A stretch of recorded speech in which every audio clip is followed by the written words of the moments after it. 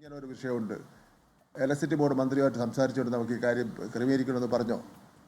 അപ്പോൾ ഇതെല്ലാം ഒരുപാട് അന്വേഷണത്തിൽ നിന്നും പോകാതെയുള്ള കുറ്റകൃത്യങ്ങളാണ് ചെയ്തിട്ടുള്ളത്.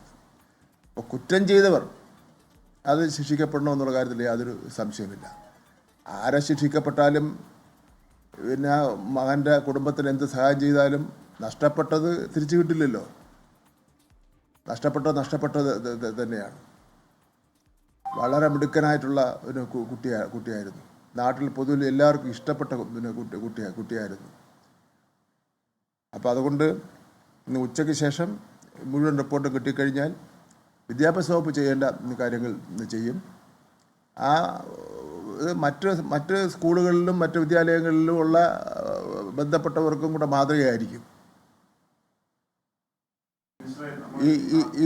ഈ സംഭവത്തിൻ്റെ അടിസ്ഥാനത്തിൽ 2 ആഴ്ചയ്ക്കുള്ളിൽ ഈ സർക്കുലർ മെയ് മാസം 13 വിദ്യാഭ്യാസ വകുപ്പ് ഇറക്കിയ സർക്കുലർ ഒന്നുകൂടി പരിശോധിച്ചിട്ട് പോയിൻ്റ് ബൈ പോയിൻ്റായിട്ട് വിഷയ അടിസ്ഥാനത്തിൽ പരിശോധിച്ചിട്ട് അതിൻ്റെ റിപ്പോർട്ട് വിദ്യാഭ്യാസ ഡെപ്യൂട്ടി ഡയറക്ടർമാർ വിദ്യാഭ്യാസ ഡയറക്ടർ കൈമാറണമെന്നുള്ള നിർദ്ദേശം ഇന്ന് കൊടുക്കുകയാണ്.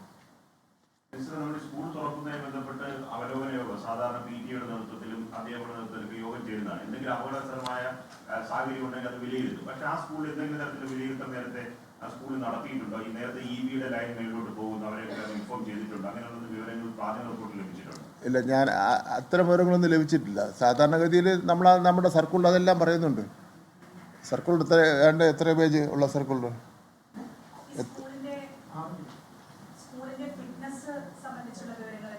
അല്ല, ഫിറ്റ്നസ് അവർ വാങ്ങിയിട്ടുണ്ടെന്നാണ് പറയുന്നത്. അത് പരിശോധിക്കാൻ വേണ്ടി പറഞ്ഞിട്ടുണ്ട്. ഫിറ്റ്നസിൻ്റെ ലഭിച്ച കോപ്പി എടുക്കാൻ വേണ്ടി പറഞ്ഞിട്ടുണ്ട്. ആ ഫിറ്റ്നസ് കൊടുത്തവർ അതിന് മറുപടി പറയേണ്ടി വരും. ഒരു കാരണവശാലും ഇതിന് ഫിറ്റ്നസ് കൊടുക്കാൻ വേണ്ടി പാടില്ലല്ലോ. പണ്ട് 10 വർഷം മുമ്പേ ഫിറ്റ്നസ് കൊടുത്തെന്ന് പറഞ്ഞാൽ അത് വേറെ കാര്യം. ഇപ്പോഴത്തെ കാര്യം പറഞ്ഞാൽ മതി. ഇപ്പോഴാണല്ലോ ഒരു പ്രശ്നം ഉണ്ടായത്. യഥാർത്ഥത്തിൽ ഒരു കാരണവശാലും ആ ലൈൻ അതുവഴി പോകാൻ അനുവാദം കൊടുക്കാൻ പറ്റില്ലാത്ത കാര്യമാണ്. ഇന്നലെ ഈ സംഭവം ഉണ്ടായ മണിക്കൂറിനകം അത് അവിടെ കട്ട് ചെയ്തല്ലോ. അത് കട്ട് ചെയ്ത് നടപടി സ്വീകരിച്ചല്ലോ. അപ്പോൾ അതിൻ്റെ അർത്ഥം നടക്കാത്ത കാര്യമൊന്നും അല്ലല്ലോ.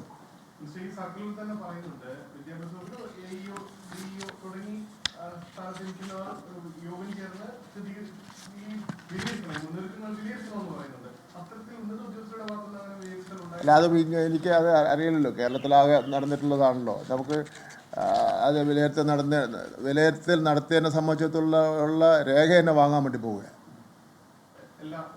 എല്ലാ DO മാരുന്നുള്ള രേഖ തന്നെ വാങ്ങാൻ വേണ്ടി.